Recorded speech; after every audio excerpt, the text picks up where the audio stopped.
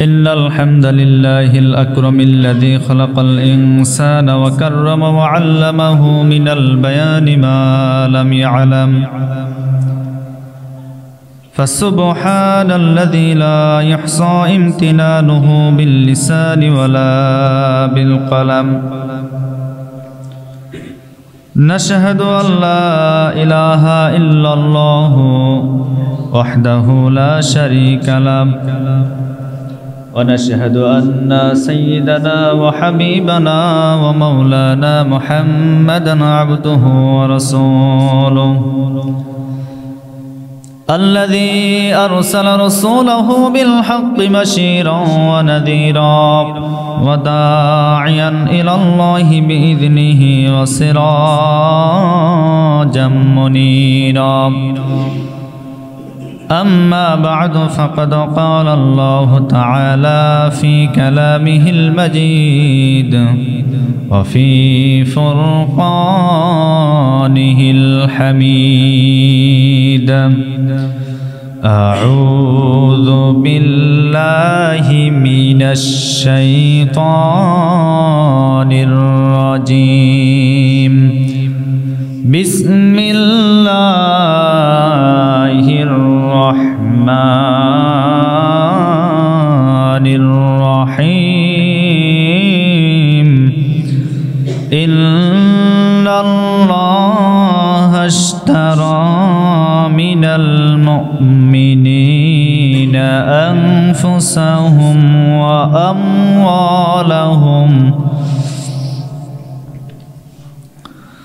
وأموالهم بأن لهم الجنة يقاتلون في سبيل الله فيقتلون ويقتلون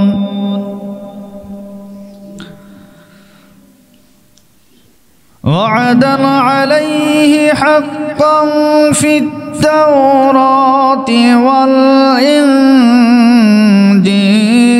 والقرآن ومن أوفى بعهده من الله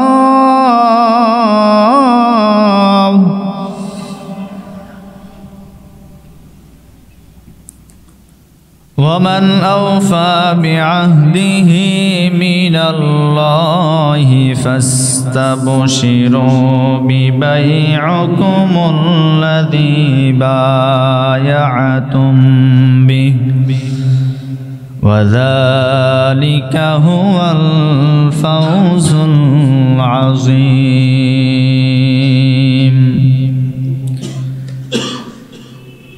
الله أكبر بسم الله الرحمن الرحيم إن الله وملائكته يصلون على النبي يا أيها الذين آمنوا صلوا عليه وسلموا تسليما اللهم صل على محمد وعلى آل محمد كما صليت على إبراهيم وعلى آل إبراهيم إنك حميد مجيد اللهم بارك على محمد وعلى آل محمد كما باركت على إبراهيم وعلى آل إبراهيم إنك حميد مجيد সম্মানিত মুসল্লিয়ানে কেরাম, আসুন আমরা দলমত নির্বিশেষে আমাদের মালিক আল্লাহ তাআলার দরবারে শুকরিয়া আদায় করছি, যিনি আমাদেরকে আজকে পবিত্র জুমার দিনে পবিত্র মসজিদ ঘরে আসার মতো সুযোগ দান করেছেন। সেজন্য সবাই অন্তরের অন্তঃস্থল থেকে আমাদের মালিকের দরবারে আমরা শুকরিয়া জ্ঞাপন করছি। সকলে বলছে আলহামদুলিল্লাহ। রব্বানা লাকাল হামদ হামদান কাসীরান তাইয়িবান মুবারাকান ফীহি নবীজির প্রতি দরুদ ও সালাম পেশ করি। সকলে পড়ছি সাল্লাল্লাহু আলাইহি ওয়াসাল্লাম। সম্মানিত প্রিয় উপস্থিতি, আমি আপনাদের সামনে কোরআনে কারিমের সূরা তাওবার 111 নম্বর আয়াতে কারিমা তেলাওয়াত করেছি। এই একটি মাত্র আয়াতের উপরে আজকে অল্প কিছু সময় কথা বলবো ইনশাআল্লাহ। আল্লাহ রাব্বুল আলামিন কত সুন্দর করে এখানে আমাদের সাথে, অর্থাৎ ইমানদার বান্দা যারা, মুমিন বান্দা যারা, তাদের সাথে একটা চুক্তিনামা তিনি করে দিয়েছেন, একটা লিস্ট করে দিয়েছেন যে তোমরা আমার সাথে এই ওয়াদা করো, তাহলে আমি আল্লাহ তোমাদের সাথে একটা ওয়াদা করব। সেই ওয়াদাটা কি? আল্লাহ রাব্বুল আলামিন সুন্দর করে বললেন, ইন্নাল্লাহা আশতারা মিনাল মুমিনিনা আনফুসাহুম, নিশ্চয় আমি আল্লাহ মুমিনদের কাছ থেকে ক্রয় করে নিয়েছি। এখানে এক বেচা কিনার বিষয় আল্লাহ রাব্বুল আলামিন বলেছেন যে আমি আল্লাহ মুমিনদের কাছ থেকে ক্রয় করে নিয়েছি কি? দুটি জিনিস, একটা হচ্ছে জান আর 2 নাম্বার হচ্ছে মাল। তাহলে আমাদের এই জীবন আমরা যতই চেষ্টা করি না কেন, এই পৃথিবীতে আমরা কেউ আমাদের জীবনকে বাঁচাইতে পারবো? কারণ এটা ক্রয় করে নিয়েছেন কে? আল্লাহ রাব্বুল আলামিন আমাদের কাছ থেকে ক্রয় করে নিয়েছেন, আমরা এটা বিক্রি করে দিয়েছি। আল্লাহ বলেন, আমার যেই সমস্ত বান্দারা এটা দিতে পারবে আমাকে, আমি এর বিনিময়ে একটি জিনিস তাদেরকে দান করব। সেই জিনিসটা কি? সেই জিনিসটা হচ্ছে বিআন্না লাহুমুল জান্নাহ, আমি আল্লাহ তাদেরকে জান্নাত দান করব। তাহলে জান্নাতে যেতে গেলে দুটি জিনিস আমাদেরকে আল্লাহকে দিতে হবে। 1 নম্বরে কথা বলেন, 1 নম্বরে, 2 নম্বরে মাল। এই দুটি জিনিস আমরা যদি আল্লাহকে দিতে পারি, আল্লাহ এর বিনিময়ে আমাদেরকে যে জিনিসটা দিবে তার নাম কি? জোরে বলেন। এখন প্রশ্ন হলো, আল্লাহ কার কাছ থেকে এই দুটি জিনিস ক্রয় করবেন? এখানে তো বলেন নাই ইন্নাল্লাহা আশতারা মিনাল মুসলিমিন, বলেন নাই, মানে মুসলমান তো বলেন নাই। আল্লাহ তো অন্য কোনো জাতির কথা বলেন নাই। ইন্নাল্লাহা আশতারা মিনান নাস বলেন নাই, কারণ নাস হলে তো মানুষ, আর মানুষ হলো পৃথিবীতে সবাই মানুষ, সে হোক মুসলিম, সে হোক বৌদ্ধ, সে হোক খ্রিস্টান, সকল ধর্মের মানুষ, সে তো মানুষ। কিন্তু আল্লাহ এখানে বলেন নাই যে আমি তাদের কাছ থেকে ক্রয় করব, আমি তাদের কাছ থেকে কিনে নেব। কিন্তু আল্লাহ বলেছেন আমি ওই সমস্ত মানুষদের কাছ থেকে ক্রয় করতে চাই যারা নিজেকে ইমানদার বলে, মুমিন বলে দাবি করে। বলি সুবহানাল্লাহ। তাহলে আপনি চাইলেও আল্লাহকে যদি দিতে চান, আল্লাহ আমি আপনাকে জান আর মাল দিতে চাই, আল্লাহ নিবে না আপনার কাছ থেকে যদি আপনি ইমানদার না হন। আমার কথা কি বুঝতে পেরেছেন আপনারা? আপনাকে আল্লাহকে দিতে গেলে আল্লাহ সর্বপ্রথম যে শর্ত দিলেন, আপনাকে ইমানদার হতে হবে। এখন আমরা যারা এখানে এসেছি, আমার কথা যদি আপনারা বুঝে থাকেন, আমরা ইমানদার না বেঈমান? কথা বলেন না কেন? মনের ভিতর মনে সন্দেহ আছে নাকি? আপনাদের সন্দেহ আছে? সন্দেহ কেন থাকবে? কারণ ইমানদার যদি না হতাম তাহলে আজকে তো আজান হওয়ার পরে মসজিদে আসতাম না। তাহলে নিঃসন্দেহে বুঝতে হবে আমরা সকলে ইমানদার। সুবহানাল্লাহ কোন? ইমানদার বিধায় আজকে আমরা মসজিদে এসেছি, এতে কোনো সন্দেহ নাই। সুতরাং এই আয়াতটা আমাদের জন্য। কথা বলেন, এই আয়াতটা কাদের জন্য? আমাদের জন্য। তাহলে আল্লাহ এই জায়গায় নিতে চায়। এখন বাজারে আপনি কোনো জিনিস ক্রয় করতে গেলে, মনে করেন আপনি মাছ কিনতে গেছেন, মাছ ক্রয় করার সময় আপনি কি টাকা দিয়ে কোনো পচা মাছ নিতে চান? নষ্ট হওয়া মাছ কি নেবেন আপনি? নষ্ট হওয়া কোনো তরি তরকারি আপনি নিতে চান? নিতে চান না। তার মানে বোঝা গেল আপনি যে জিনিসটা ক্রয় করবেন সেটি হতে হবে স্বচ্ছ, পরিষ্কার, পরিচ্ছন্ন। জি, ও আচ্ছা আচ্ছা, কোথায় স্যার, কোথায়? হ্যাঁ, সামনে নিয়ে আসেন। জি আলহামদুলিল্লাহ, আমাদের সম্মানিত ইউনুস স্যার আমাদের মসজিদে উপস্থিত হয়েছেন। আলহামদুলিল্লাহ, আমরা মসজিদের কমিটির পক্ষ থেকে আমরা স্যারকে শুভেচ্ছা জ্ঞাপন করছি। বলি আলহামদুলিল্লাহ। ওয়ালাইকুম আসসালাম। স্যার কেমন আছেন?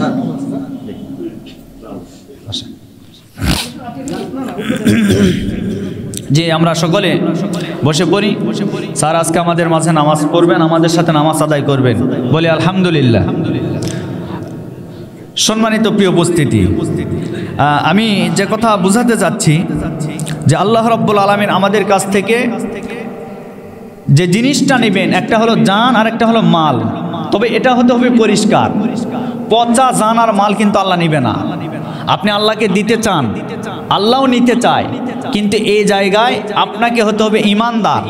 এখন ইমানদার কারা? ইমানদার তো নামাজ ছাড়তে পারে না, ইমানদার তো ঘুষ খাইতে পারে না, ইমানদার তো সুদ খাইতে পারে না, ইমানদার তো অন্যের হক নষ্ট করতে পারে না, ইমানদার জিনা ব্যভিচার করতে পারে না, ইমানদার মিথ্যা কথা বলতে পারে না, ইমানদার অন্যায়ভাবে কোনো মানুষের উপর জুলুম করতে পারে না।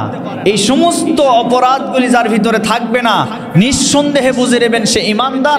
আল্লাহ তার কাছ থেকেই এই দুইটা জিনিস ক্রয় করতে চান। সুবহানাল্লাহ। সম্মানিত ভাইরা আমার, তাহলে এই জায়গায় রব্বুল আলামিন বেচা কিনার কথা বললেন। আমি ইমানদার বান্দাদের কাছ থেকে দুটি জিনিস চাই, এক নম্বরে জান, দুই নম্বরে মাল। এখন জান আর মাল আল্লাহকে দিতে চাইলাম, আপনি অবশ্যই আপনাকে ইমানদার হতে হবে।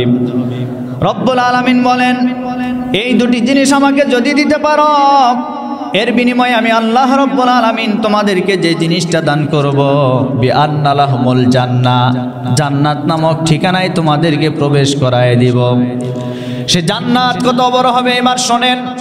রব্বুল আলামিন বলেন, ওয়াসারিউ ইলা মাগফিরাতিম মির রাব্বিকুম ওয়া জান্নাতিন আরদুহাস সামাওয়াতু ওয়াল আরদ উইদ্দাতু লিল মুত্তাকিন। জোরে বলি আল্লাহু আকবার। আল্লাহ রাব্বুল আলামিন বললেন, ওয়াসারিউ ইলা মাগফিরাতিম মির রাব্বিকুম, তোমরা দৌড়াও, তোমরা ধাবিত হও সেই জান্নাতের দিকে, যে জান্নাত আসমান এবং জমিনের চাইতে বিশাল আকার করে তৈরি করা হয়েছে।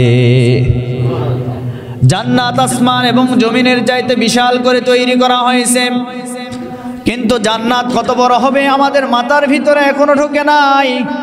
যার কারণে এখনো নামাজ পড়তে পারি না, যার কারণে এখনো অন্যায় কোনো কাজ ছাড়তে পারি না। আজকে পৃথিবীর দিকে আপনি তাকায় দেখেন, সারা পৃথিবীর ভিতরে প্রায় 228টা রাষ্ট্র রয়েছে। এর ভিতরে বাংলাদেশ একটি রাষ্ট্র। এই বাংলাদেশের ভিতরে 64টি জেলা রয়েছে। এই 64টি জেলার ভিতরে জয়পুরহাট একটি জেলা, এরপরে কালাই একটি থানা, এরপরে পাঁচশিরা একটি বাজার। এই বাজারের ভিতরে আমরা যারা বসবাস করি, আমরা যারা অবস্থান করি, আমরা হলাম একজন মানুষ, কিন্তু আল্লাহর সৃষ্টির তুলনায় আমরা কিন্তু কিছুই না। এই যে আমি যে কথাগুলি বললাম, এই বাংলাদেশ ছোট্ট একটি রাষ্ট্র, অথচ আমি বাংলাদেশে প্রায় 64টি জেলার ভিতরে প্রায় 50টি জেলা আমার সফর করা হয়ে গেছে। কিন্তু একটি জেলা থেকে অন্য জেলায় যখন আমি সফরে যাই, আমার কাছে মনে হয় আমি কত দূরে এসেছি। এই যে আমার এই এলাকা থেকে আমি যখন কক্সবাজার ওই টেকনাফে যখন চলে যাব, আমার কাছে মনে হয় আমি অনেক দূরে এসেছি। এরপরে পঞ্চগড়ে, এরপরে এইদিকে খুলনাতে যখন চলে যাই, আমার কাছে মনে হয় আমি অনেক দূরে এসেছি। কিন্তু মানচিত্রের ভিতরে আপনি দেখবেন যতগুলি রাষ্ট্র আছে, এর ভিতরে বাংলাদেশ একটি রাষ্ট্র, কিন্তু বিশ্বের মানচিত্রের ভিতরে এই বাংলাদেশের বি লেখার মতো জায়গা নাই। বাংলাদেশের চাইতে অনেক বড় বড় রাষ্ট্র আছে। এই বাংলাদেশের চাইতে অনেক বড় রাষ্ট্র, যেমন আমাদের পাশের রাষ্ট্র ইন্ডিয়া বিশাল একটি রাষ্ট্র। আমি গিয়েছিলাম গত বছরে, প্রোগ্রাম করেছি 5টি জেলায়, কিন্তু ইন্ডিয়ার এক একটি জেলায় যখন আমি সফর করেছি, তখন আমার কাছে মনে হয়েছে বাংলাদেশের 2-4 এইরকম 5টা জেলা এক জায়গায় করলে যত বড় হবে, ইন্ডিয়ার একটা জেলায় এত বড় হয়ে যায়, এত বড় বিশাল। তার মানে ইন্ডিয়ার চাইতে মনে হয় বড় কোনো রাষ্ট্র নাই, আছে নাকি? ইন্ডিয়ার চাইতেও বড় রাষ্ট্র আছে। ইন্ডিয়ার পাশে হলো চীন, ইন্ডিয়ার চাইতে অনেক বড় রাষ্ট্র। এরপরে এইরকম করতে করতে সারা পৃথিবীতে সবচাইতে বড় রাষ্ট্রের নাম হচ্ছে রাশিয়া। এই রাশিয়া বিশাল বড় একটি রাষ্ট্র। এরপরে আমেরিকা। বিশ্বের ভিতরে এইরকম 228টা রাষ্ট্র রয়েছে। আমার প্রিয় বন্ধুগণ, আমি আপনাদেরকে যে কথা বোঝাতে যাচ্ছি, শুধুমাত্র এই রাষ্ট্রগুলির কথা বললাম। পৃথিবীতে সাগর মহাসাগর রয়েছে, আটলান্টিক মহাসাগর, প্রশান্ত মহাসাগর, এইরকম অসংখ্য মহাসাগর রয়েছে, নদ নদী খাল বিলগুলি রয়েছে। আমার প্রিয় বন্ধুগণ, শুধু তাই নয়, এই পৃথিবী যে কত বড় এখন পর্যন্ত কোনো বিজ্ঞানীরা এটা পরিমাপ করতে পারে নাই। তাহলে পৃথিবী যদি এইরকম হয়, আল্লাহ বললেন এই পৃথিবীর চাইতে আসমান কত বড়। আজকে প্রথম আপনি মাথার উপরে প্রথম আসমানের দিকে একটু তাকায় দেখেন, আমরা যে আসমানের নিচে অবস্থান করছি, আসমান কত বড়। এই আসমানে আবার তারকারাজি রয়েছে, সূর্য রয়েছে, গ্যালাক্সি রয়েছে, মিল্কি ওয়ে রয়েছে, এরপরে আরো কত গ্রহ উপগ্রহ রয়েছে। এগুলির হিসাবের তুলনায় এই পৃথিবী কিছুই না। এই পৃথিবী একটা হচ্ছে উপগ্রহ, এটা কিন্তু গ্রহ না, পৃথিবী একটি উপগ্রহ। আমার প্রিয় বন্ধুগণ, এই যে আসমানের উপরে গ্যালাক্সি রয়েছে, গ্যালাক্সিগুলি কত বড়। এরকম শত শত নক্ষত্র তারকারাজি সবগুলি যদি এক জায়গায় করে এই গ্যালাক্সির ভিতরে যদি ফেলে দেওয়া হয়, এই ব্ল্যাক হোলের ভিতর যদি ফেলে দেওয়া হয়, তাহলে ওই গ্যালাক্সি ওই ব্ল্যাক হোলের একটা সাইড ভরাতে পারবেন না, এত বড় ব্ল্যাক হোল। আমার প্রিয় বন্ধুগণ, সর্বশেষ আমি আপনাদেরকে যেটা বোঝাতে যাচ্ছি, সুতরাং আল্লাহ বললেন ওয়াসারিউ ইলা মাগফিরাতিম মির রাব্বিকুম ওয়া জান্নাতিন আরদুহাস সামাওয়াতু ওয়াল আরদ মুইদ্দাতুল লিল মুত্তাকিন।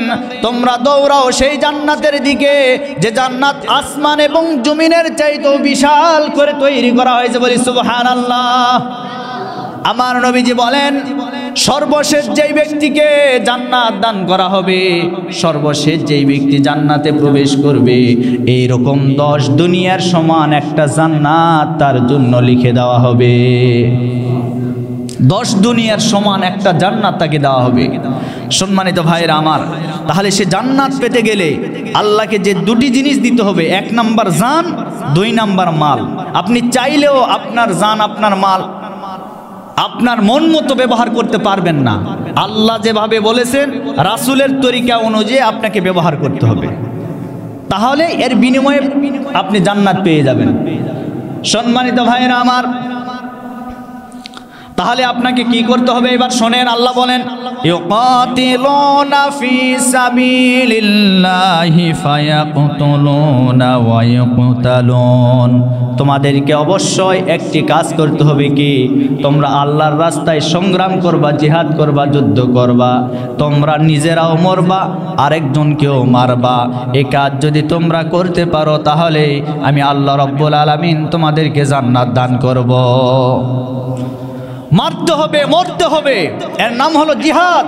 যুদ্ধ করতে হবে, আল্লাহর দ্বীনকে প্রতিষ্ঠা করার জন্য নিজের শরীরের তাজা রক্ত জমিনে ঢেলে দিতে হবে। সুতরাং জমিন যার, হুকুম চলবে তার, জমিন যার, আইন চলবে তার। এই জমিন কার? তাহলে এখানে আইন চলবে কার? জোরে বলতে হবে, কার? আল্লাহর আইন চলবে। আল্লাহর আইন দিয়ে যদি জমিন প্রতিষ্ঠা হয়ে যায়, ওই জমিনের ভিতরে খোদার কসম করে বলছি, কোনো মানুষ বেঈমান হয়ে মারা যাবে না। সুবহানাল্লাহ কন্যা।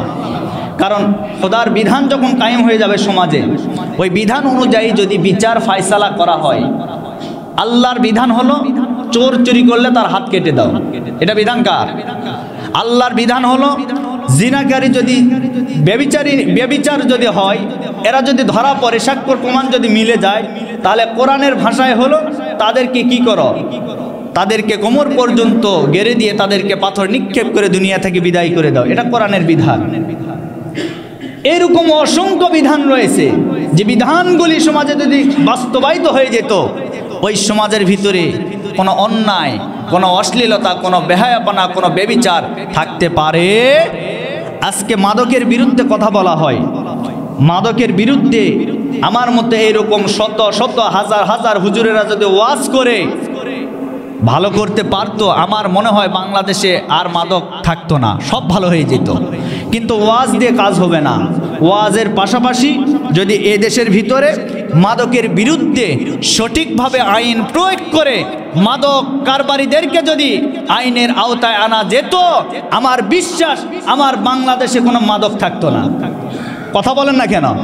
কোনো মাদক থাকতো না। আইন প্রয়োগ করতে হবে। আমার প্রিয় বন্ধুগণ, আমি যেটা আপনাদেরকে বললাম যে দেশের ভিতরে খোদার বিধান কায়েম হয় ওই দেশের ভিতরে কোনো মানুষ বেঈমান হয়ে মারা যাবে না। তার প্রতিফলন খলিফাতুল মুসলিমিন হযরত ওমর ইবনুল খাত্তাব রাদিয়াল্লাহু তাআলা আনহু থেকে একটি হাদিস বর্ণিত। তার শাসনামলে তিনি যখন রাষ্ট্রনায়ক ছিলেন সে সময় তিনি মদের বিরুদ্ধে আইন পাশ করলেন যে যারা মদ খাবে তাদেরকে কোরআন দিয়ে বিচার করা হবে। এই আইন যখন পাশ করলেন, পাশ করার পরে তার ওই রাষ্ট্রের ভিতরে কোনো প্রকারের মদ বিক্রেতা তো দূরের কথা, কাউকে খুঁজে পাওয়া যেত না।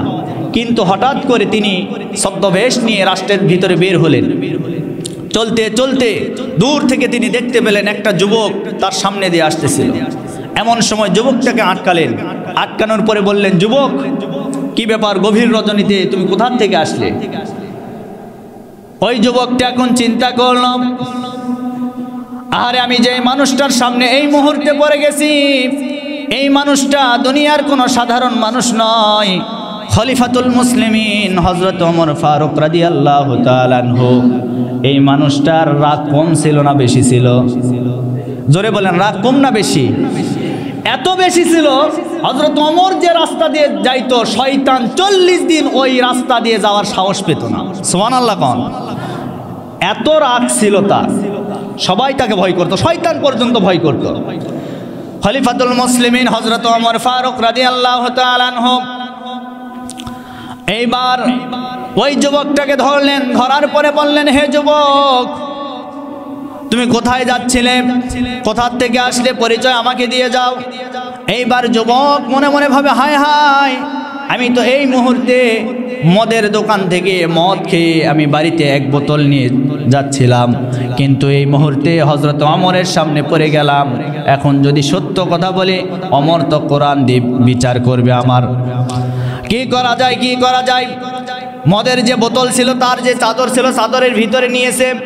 নেওয়ার পরে ওই যুবকটা আর কোনো কথা বলে না। এইবার হযরত ওমর ডাক দিয়ে বলেন, হে যুবক তুমি কথা বলো না কেন? এই যুবকটা মদের বোতল হাতের ভিতরে নিয়া এইবার চোখটা বন্ধ করলেন। বন্ধ করার পরে আল্লাহর কাছে তওবা করলেন, আল্লাহ আল্লাহ আমি তো জানি আমি তো অপরাধ করে ফেলেছি, আমি তো মদ খেয়ে এসেছিলাম, এরপরে আমার হাতে রয়েছে মদের বোতল। ওগো আল্লাহ, ওগো আল্লাহ, আমি ওমরের সামনে কি জবাব দিব? আমি তো কোনো জবাব দিতে পারছি না। এইবার ওই যুবকটাকে যখন ওমর ধমক মারলো, ধমক মারার পরে এইবার যুবকটা বলে উঠল, ওগো খলিফা, আমি এই গভীর রজনীতে আমার বাড়ি থেকে এক বোতল দুধ নিয়ে আমি আমার বোনের বাড়িতে দেওয়ার জন্য যাইতেছিলাম। সুবহানাল্লাহ কোন, এক বোতল দুধ। এখন খলিফাতুল মুসলিমিন বলল, আমি তোমার দুধটা একটু দেখতে চাই, তুমি যে দুধ নিয়ে যাচ্ছ আমি দেখতে চাই। আচ্ছা বলেন তো, এখন যদি বোতল বের করে ধরা পড়বে কি পড়বে না? আসলে ওটা কি দুধের বোতল না মদের বোতল? মদের বোতল ছিল। এইবার খলিফাতুল মুসলিমিন যখন এই কথা বললেন, যুবকটা মনে মনে ভাবলো, আহারে আমি যদি মদের বোতল বের করে দেই এখন তো আমি ধরা খেয়ে যাব, কি করা যায়, কি করা যায়? আল্লাহর কাছে আবার তওবা করলেন, আল্লাহ এতদিন যা করেছি আমি অন্যায় করেছি, ভুল করেছি, আর ভুল করতে চাই না।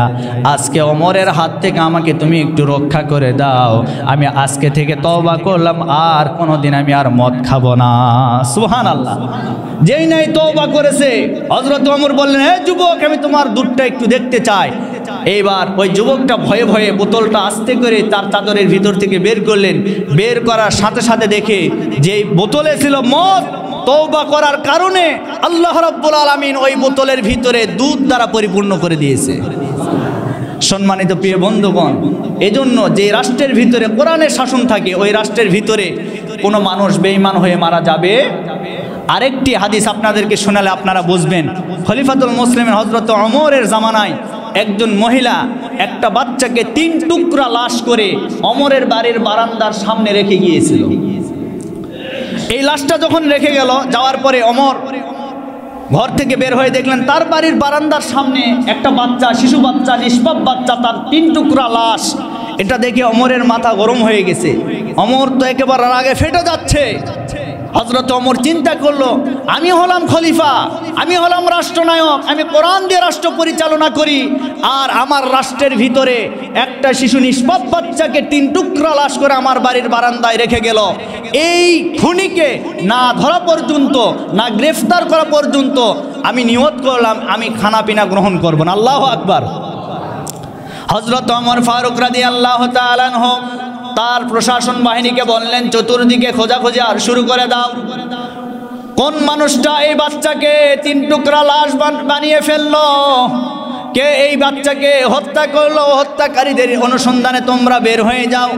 কেউ যখন খোঁজাখুঁজি করে পায় না, 1 দিন চলে যায়, 2 দিন চলে যায়, 3 দিন পরে হযরত ওমর রাদিয়াল্লাহু তাআলা আনহু তার বাড়ির বারান্দার সামনে যখন চিন্তিত অবস্থায় ছিল, এমন সময় যেই মহিলা ওই বাচ্চাকে হত্যা করেছিল, ওই মহিলা হযরত ওমরের কাছে চলে আসলো। আসার পরে ডাক দিয়ে বলেন, খলিফাতুল মুসলিমিন ওমর ইবনুল খাত্তাব রাদিয়াল্লাহু তাআলা আনহু, ইয়া আমিরাল মুমিনিন, আজকে আপনি যেই খুনি ধরার জন্য, যেই খুনিকে গ্রেফতার করার জন্য 3 দিন পর্যন্ত আপনি খোঁজাখুঁজি শুরু করে দিয়েছিলেন, আজকের পর থেকে আর আপনাকে ওই খুনিকে খুঁজতে হবে না। আপনি যেই বাচ্চা আপনার সামনে 3 টুকরা লাশ পেয়েছিলেন, ওই বাচ্চাটা আমার বাচ্চা, আমার গর্ভে এসেছিল। আমি নিজে মা হয়ে আমি ওই সন্তানটাকে 3টা টুকরা করে ফেলেছি, আমি হত্যা করে ফেলেছি। এইবার হযরত ওমর তার বাহিনীকে বললেন, একে গ্রেফতার করো, গ্রেফতার করে আদালতে নিয়ে যাও। এইবার আদালতে নিয়ে যাওয়া হলো। নিয়ে যাওয়ার পরে এইবার মহিলাকে জিজ্ঞাসা করা হলো, ও মহিলা, তুমি তোমার এই সন্তানকে কেন 3 টুকরা বানিয়ে ফেলেছ? এইবার ওই মহিলা জবাব দেয়, খলিফাতুল মুসলিমিন, আমি সাধারণ কোনো মহিলা নয়, আমি আল্লাহর কোরআন পড়ে, আল্লাহর কোরআন আমি জানি যেই সন্তানেরা যারও সন্তান হয়, অবৈধ সন্তান হয়, এই সন্তানেরা দুনিয়াতে আসার পরে কোরআনের বিরোধিতা করে, কোরআনের বিরুদ্ধে কথা বলে। আমার যে সন্তান গর্ভে এসেছিল, এই সন্তান আমার বৈধ সন্তান নয়, এটি ছিল অবৈধ সন্তান। তার কারণ হলো 3টা যুবক আমাকে জোর করে ধর্ষণ করেছে, যার ফলে আমার গর্ভের ভিতরে সন্তানটা এসেছে। আমি জানি এই সন্তান যদি দুনিয়াতে আসে, আসার পরে বড় হয়ে যাবে, বড় হয়ে যাওয়ার পরে যেহেতু অবৈধ যার সন্তান, এই সন্তান ইসলামের বিরুদ্ধে কথা বলবে, এই সন্তান কোরআনের বিরুদ্ধে কথা বলবে, এই সন্তান আলিম উলামাদের বিরুদ্ধে কথা বলবে, যার কারণে আমি এই সন্তানটাকে 3 টুকরা করে ফেলেছি। ওগো খলিফা, আমার যদি অপরাধ হয়ে থাকে আপনি কোরআন দিয়ে আমার বিচার করেন, আমার কোনো সমস্যা নাই।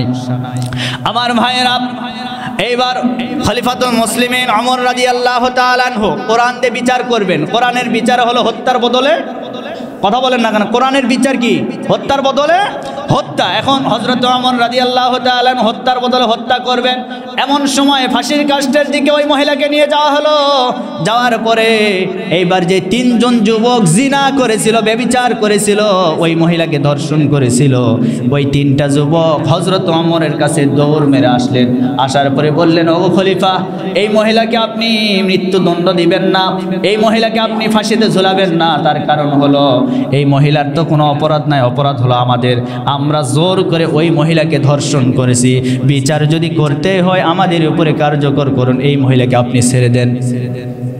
এইবার ওমর রাদিয়াল্লাহু তাআলা আনহু তাদেরকে গ্রেফতার করলেন। গ্রেফতার করার পরে তাদের বিচারও কোরআন দিয়ে করলেন। আমার ভাইরা, তাদের বিচার, ধর্ষণের বিচার করলেন, তাদেরকে দুনিয়া থেকে বিদায় করলেন। মহিলার বিচার করলেন, শিশুকে কেন হত্যা করলো, এই হত্যার দায়ে ওই মহিলাটিকেও দুনিয়া থেকে বিদায় করে দিলেন।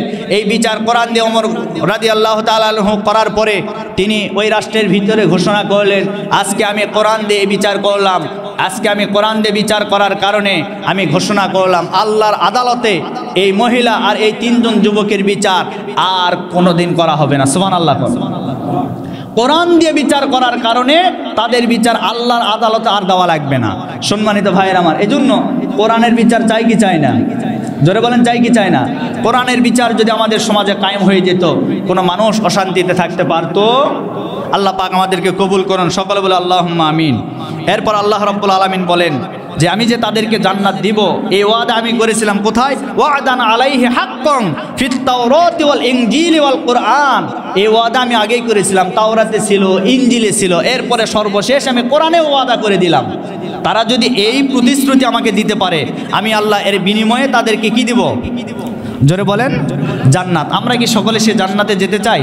আল্লাহ আমাদেরকে কবুল করুন, সকলে বলে আল্লাহুম্মা আমিন। সময়ের দিকে লক্ষ্য রাখতে হচ্ছে, এজন্য আমার আলোচনা এখানেই শেষ করে দিচ্ছি।